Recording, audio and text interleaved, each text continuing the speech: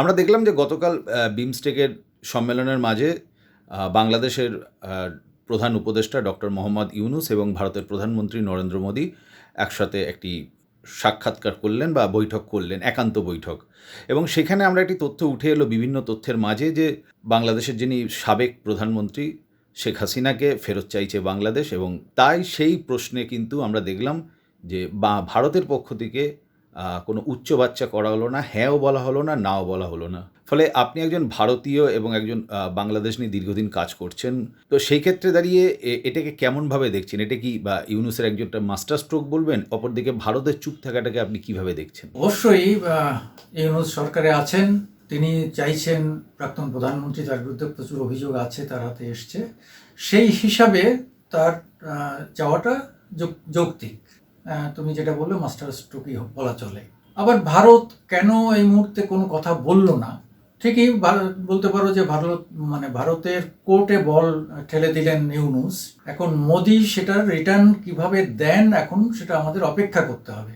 এই ছাড়া কারণ হচ্ছে যে ভারত একটা গণতান্ত্রিক দেশ, সেখানে সর্বদলীয়ভাবে কিন্তু যখন হাসিনা আসেন সর্বদলীয়ভাবে সিদ্ধান্ত নিয়ে তাকে এখানে রাখা হয়। আবার তাকে যদি ফেরত দিতে হয় তাহলেও সর্বদলীয়ভাবে ভেবে চিনতে আলাপ আলোচনা করে তাকে ফেরত দিতে হবে, এটা কিন্তু বুঝতে হবে। ওখানে ইউনূস সাহেব একা যা তিনি বলতে পারেন, তার হাতে অনেক ক্ষমতা বেশি এককভাবে, এখন সমস্ত ক্ষমতাটা তার হাতে, কাজে তিনি তার কথা বলেছেন ঠিকই, তার পক্ষে সঠিক বলবো যদি আমরা নিউট্রাল বিচার করি। আবার মোদিজি এ ব্যাপারে কোনো কথা বলেননি, তার মানে হচ্ছে যে তিনি যে অস্বীকার করেছেন সেটাও নয়, স্বীকার করেছেন সেটাও নয়। তিনি বিষয়টাকে অপেক্ষার তালিকায় রয়েছেন। সেটা বাংলাদেশ এবং এপারেও যারা বাঙালি তাদের কাছেও একটা প্রশ্ন থেকে গেল যে কি সিদ্ধান্ত ভারত তথা নরেন্দ্র মোদী নেবেন, এই একটা প্রতীক্ষা কিন্তু আমাদের থেকে গেল, এটাকে অস্বীকার করার কিছু নেই। পাশাপাশি 75 থেকে 71 থেকে 75-75-এর পরও এই যে দীর্ঘকালীন ধরে ভারত বাংলাদেশে আওয়ামী লীগের উপর যে হামলা হয়েছে, মুজিব মারা গেছেন, তার পরিবারে অনেক মারা গেছেন, এরপরেও কিন্তু হাসিনা খুব শক্তভাবে দাঁড়িয়েছিলেন, এটাকে অস্বীকার করার কিছু নেই। কিন্তু তিনি এত শক্ত মানুষ, আয়রন লেডি হিসাবে বিখ্যাত হয়ে তিনি হঠাৎ করে চলে আসলেন কেন?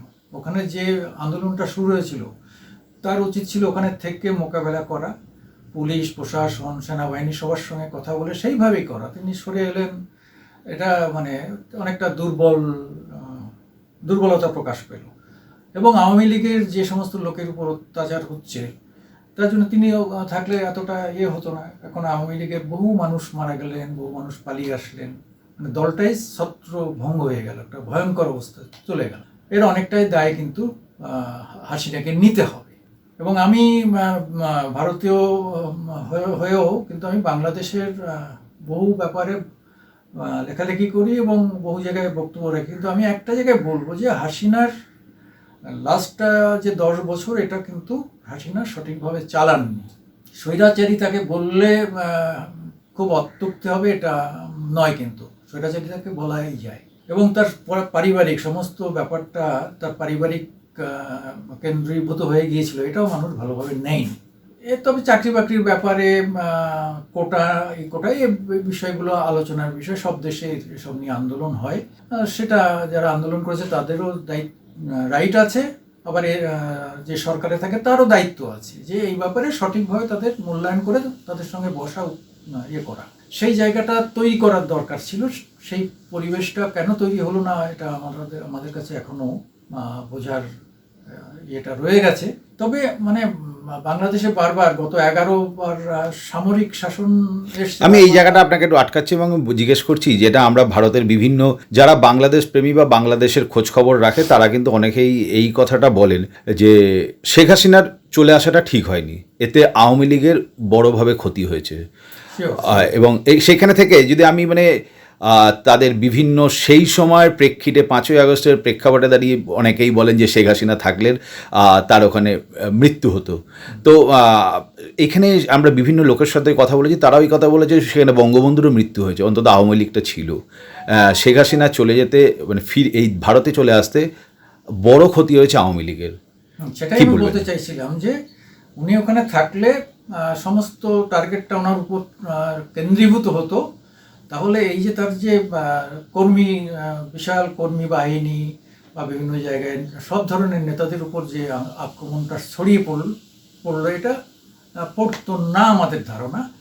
কি হতো সেটা তো পরবর্তী কথা হতো না, যে মুজিবকে মেরে ফেলার ফলে কিন্তু সাধারণ মানুষের উপর কিন্তু তারা আক্রমণ করেনি, মুজিবের উপর দিয়ে গেছে। এখন অনেকে বলছে যে হ্যাঁ উনি থাকলে মৃত্যু হতে পারতো। আমারও আশঙ্কা ছিল যে মৃত্যু হতে পারতো। অনেকে বলছে তাকে ওখানে ধরে নগ্ন করে ঘোরানো হতো, বিভিন্ন রকম ব্যক্তি বিভিন্ন রকম কথা বলছে, কিন্তু সেটা তো আন্দাজের কথা। কিন্তু আসল কথা তো তিনি পালিয়ে আসার ফলে মনোবল হারিয়ে ফেলেছে কর্মীরা। আমার ধারণা যে তিনি ওখানে দাঁড়িয়ে থাকলে এত দূর পৌঁছাতো না, ব্যাপারটা একটা জায়গায় এসে থেমে যেত। কিন্তু তিনি পালিয়ে আসাতে একটা ব্ল্যাঙ্ক হয়ে গেল, একটা শূন্যতা তৈরি হলো। সেই শূন্যতাকে ব্যবহার করে বিরোধীরা তাদের আন্দোলন সঠিক বেঠিক সে প্রশ্ন নিয়ে বিতর্ক হতে পারে, কিন্তু তারা সুযোগটা বাড়তি পেয়ে গেল, এ ব্যাপারে কোনো সন্দেহ নেই। এবং যেটা বললেন যে শেষ 10 বছর তো একেবারে স্বৈরাচারী মনোভাব নিয়ে যে সে তার শাসন চালিয়েছে, এটা বোঝা যায়। একদিকে যেমনি পদ্মা সেতুর মতো ডেভেলপ হয়েছে, পাশাপাশি কিন্তু স্বৈরাচারী মনোভাব আমরা দেখতে পেয়েছি। জিনিসপত্রের মূল্যবৃদ্ধি, মানুষে একটা অর্থনীতির জন্য বিদ্বেষ, অহেতুক মানুষকে জেলে পোড়া, অহেতুক মানুষকে যে আমরা দেখলাম লাস্টের দিকেও যে অনেক মানুষকে অহেতুকভাবে হত্যা করা হয়েছে, এটাও তো মেনে নেওয়া যায় না। অবশ্যই এইটা বাংলাদেশবাসীর কাছে একটা ক্ষোভ ছিল না? হ্যাঁ, খুব মানে জেনুইন ক্ষোভ। আমি অনেক জায়গায় আলোচনায় বলি যে মুসলিম দেশে কোথাও গণতন্ত্র পারফেক্ট হয় না। একমাত্র বাংলাদেশ যেই দেশটায় এত বছর ধরে কিন্তু গণতান্ত্রিকভাবে ভোট হয়েছে, গণতান্ত্রিকভাবে সরকার গঠিত হয়েছে। এবার সেই দলগুলোর বিরুদ্ধে থাকতে পারে, কিন্তু আমরা গণতান্ত্রিক বাংলাদেশ এটাকে কিন্তু মলিন হতে দেইনি। কিন্তু লাস্টের দিকে এটা একটা ব্যাপার যে একটা দল থাকলে তার মধ্যে একটা স্বৈরাচারী ক্যারেক্টার আসে। যেমন এদেশে এখানে নরেন্দ্র মোদী পরপর হয়েছে, কিন্তু এটার যে বহিঃপ্রকাশ সেটা গণতান্ত্রিকভাবে হলে একরকম। আমি ভোট করতে দিলাম না, কাউকে ভোট দিলাম না, আমি জিতে গেলাম বারবার, এইটাকে ঠিক কেউ গণতান্ত্রিক ভাবে মেনে নিতে পারেনি। অধিকাংশ লোকই ভোট দিতে পারেনি, এইসব অভিযোগ এসছে। এবং বিদেশ থেকে যারা এসছে অবজারভাররা, তারা অনেকে দেখেছেন যে একতরফা ভোট হচ্ছে, বিরোধীরা আসছে না। সেখানে কিন্তু ভারত বলে যে খুব শান্তিপ্রিয় ভোট হয়েছে, কিন্তু সেটা আমরা এটা শেখ হাসিনাকে সবসময় মদত দেওয়া না, এটা একটা না, এটা বলতেই পারো তোমাদের অভিযোগের, বাংলাদেশিদের অভিযোগের এটা তারা করতেই পারে। কিন্তু আমরাও রাষ্ট্র হিসাবে পররাষ্ট্র নীতি আছে, একটা পররাষ্ট্র নীতি সবসময় আমরা ভাঙতে পারি না। এবং বাংলাদেশ সব থেকে আমাদের কাছের প্রতিবেশী, কাজেই একটা সরকার রয়েছে, আমরা এমন একটা মন্তব্য করব না যাতে পররাষ্ট্র নীতিতে ব্যাঘাত ঘটে। কিন্তু সাধারণ মানুষ কিন্তু আমাদের মতো সাধারণ মানুষ, সাধারণ সাংবাদিক, তারা কিন্তু সমালোচনা করেছে, এটাকে অস্বীকার করা যায় না। এখানকার মানুষ যেসব মেনে নিয়েছে হাসিনার সমস্ত অন্যায়, অত্যাচার, স্বৈরাচার, এটা কিন্তু নয়। মানুষ হিসাবে আমরা প্রতিবাদ করেছি, অনেকভাবে বলেছি। এবং ওখানে যত পুরস্কার তাদের সব তার ছেলে মেয়ে বউ আত্মীয় স্বজনের নামে, এইভাবে পরিবারতন্ত্র, এটা আমরা পছন্দ করি না। আমি শেষ করব আপনাকে যে 5ই আগস্টের আগে একদম মানে কোট আনকোট 5ই আগস্টের আগে ভারত বাংলাদেশের সম্পর্কের মধ্যে একটা যথেষ্ট মধুরত্ব ছিল, যথেষ্ট মানে বৈশিষ্ট্য ছিল। তো আমরা দেখলাম যে এই হাসিনা ভারতে আসার পর থেকে একটা বিদ্বেষ তৈরি হলো। তো এই বিদ্বেষ মিটিয়ে প্রতিবেশীর সঙ্গে মেটানোর জন্য কি ইউনূসের কথা মতো শেখ হাসিনাকে তুলে দেওয়া উচিত নয়? না, এখানে আমি দ্বিমত পোষণ করব। কারণ হচ্ছে হাসিনাকে আমরা আনিনি। হাসিনা এসছেন, হ্যাঁ, তারা সরকারিভাবে বহুবার এসছেন। হাসিনা তার বোন বহুবার তার বাবার উপর আক্রমণ যখন হয়েছে তখনও থেকে গেছেন। আমাদের এখানে দালাই লামার মতো তিব্বতের আন্দোলনের পরে দালাই লামাই সেখানে থেকেছেন। দেখুন, আপনারা জানেন ইয়াসের আরাফাতকেও কিন্তু এক্সাইলে থাকতে হয়েছে, মোশাররফকে এক্সাইলে থাকতে হয়েছে, নওয়াজ শরীফকে এক্সাইলে থাকতে হয়েছে, বিভিন্ন সময় শ্রীলঙ্কার রাজাপক্ষকে থাকতে হয়েছে। এগুলো ঘটে, হ্যাঁ। কিন্তু যে এক্সাইল হলে এবং যে জায়গায় ঠাঁই নেয় তাদের একটা দায়িত্ব থাকে, তারা সহজে সেটাকে কিন্তু মাথায় ঢোকায় না যে ঠিক আছে একটা লোক এসছে থেকেছে, আমরা ওদের রাজনীতির মধ্যে মাথা গোলাবো না। এটাই কিন্তু আমাদের স্ট্যান্ড।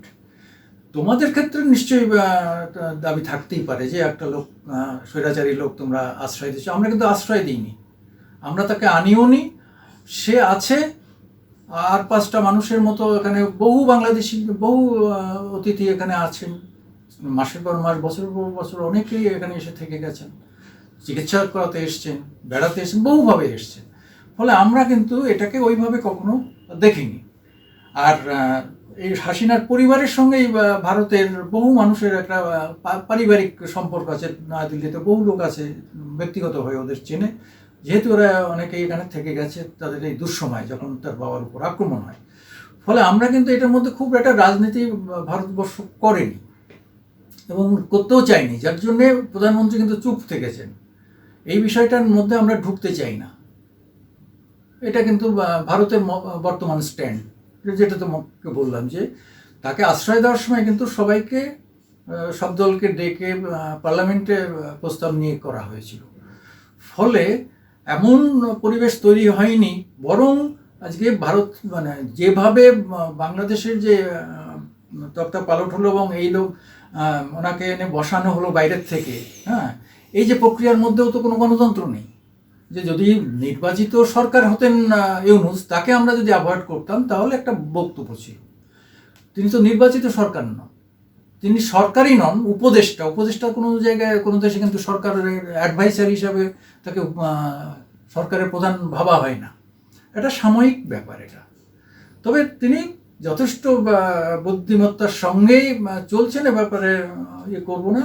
তবে তার কিছু কিছু মন্তব্য নিয়ে যে বিভ্রান্তি হয়েছিল, তিনি সেটা অনেকটা এই সাইড লাইনে কথা বলে মিটিয়েছেন। এজন্য ইউনূসকে ধন্যবাদ। এবং এই মানসিকতা নিয়ে আগামী দিনে চললে দুদেশ আমরা ভালো থাকবো।